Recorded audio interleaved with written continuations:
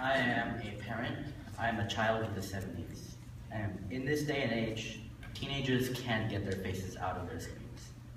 But at the same time, screens are an amazing advancement to the world. I can't even get my own face out of my screen. So it's confusing as to whether technology is harmful or helpful. Teenagers don't know how to have a conversation, yet they can sometimes talk to more people in an hour than I can in a day. This generation is a symbol of change, but with it brings competition. It's worrying to think whether my kids will be accepted at a respectable college or not, and I hope they'd be able to pursue their dreams. Yet, will there be a job at the end of their journey that will sustain their goals and aspirations? As we reach a global population of 7 billion people, the world needs to prepare for overpopulation. In this past year, I've been reading about droughts in Sao Paulo in California. I've been hearing about global pandemics like Ebola and potential wars in the Middle East. I'm a child of the 70s, and plenty of my parents' friends were hippies, so I know about tuning in, turning on, and dropping out. But I don't get suicide bombers. I don't know why teens, even some American teens, would abandon their families to support a group that beat heads, people they disagree with, or toss gay people out of windows. We used to be on a path to world peace, but today, I don't know. I'm not sure how to respond to these crises. In my 20s, I would have been on the front lines of a picket or a march, but now I just read my social media feed and sigh. It's difficult to know what kids are up to these days because technology is complicated.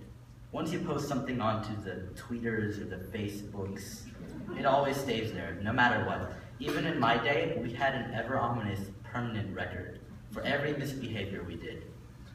I always worry that kids are oversharing, but I also see how viral videos and memes can take down a politician or change people's opinions in an instant. I am part of the last generation of the typewriter. The ability to copy, paste, and undo didn't exist for me in school. What lots of kids type for their science lab reports are like professional scientific theories.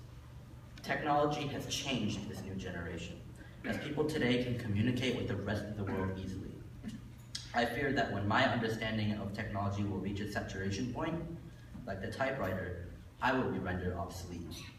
We used to honor old people in the workplace, and now I am one of them, but I just feel old.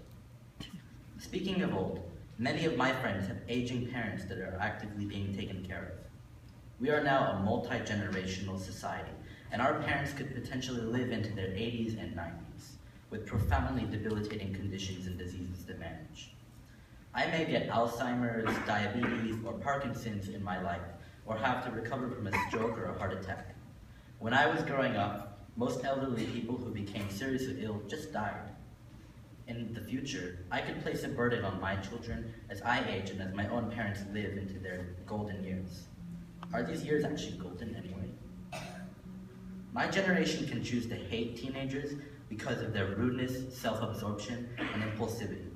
We can fuss about their ever-present cell phones or saggy pants or curse words, but in doing so, we miss something vital about their generation. And their vitality is their strength. We can praise this new generation, or we can slander it. Many of our own parents didn't understand our music, our beliefs, and our way of life. I don't think the modern teen has such a generational gap to overcome as we did with parents who came to age in the 40s and 50s, parenting us in the 70s or 80s. As a parent, I am faced with as many choices as my teen has. My influence is strongest in my children, so I can teach them to live with an open mind and accept others, or to narrow their judgment and express their prejudices. We need to embrace this vitality in the modern teen because they take risks, they understand each other's identities, and they welcome change. We have a lot to learn from them, and we need them. Generation Z is a generation of transition, and everyone should be open to what they have to offer.